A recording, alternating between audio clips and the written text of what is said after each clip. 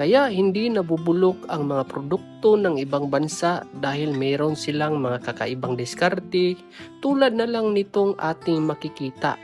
Ito po yung tinatawag na monorail.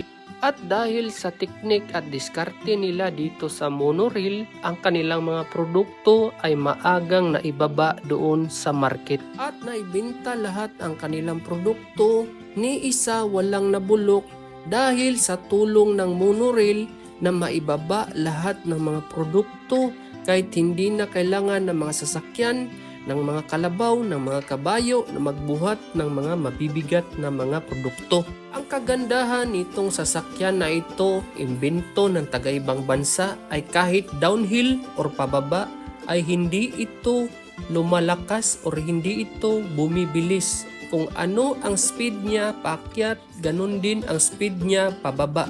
Ibig sabihin, hindi takaw disgrasya itong kanilang naimbento na magandang uri ng sasakyan.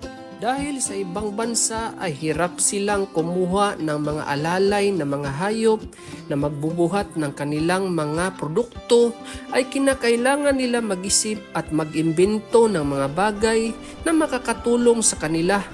Dahil dito sa Korea, dahil sa Korea po ito mga idol, ay hindi talaga nabubuhay yung mga kalabaw, mga kabayo dito dahil sa klima. Mainam ang ganitong sasakyan papunta sa bundok, lalo na yung mga wala talagang farm to market road, walang mga daanan. Kung nakarating ka dito sa huliang bahagi ng ating video ay baka naman i-comment kung taga saan po kayo mga idol, at para malaman natin kung hanggang saan umabot ang video ito. Maraming salamat.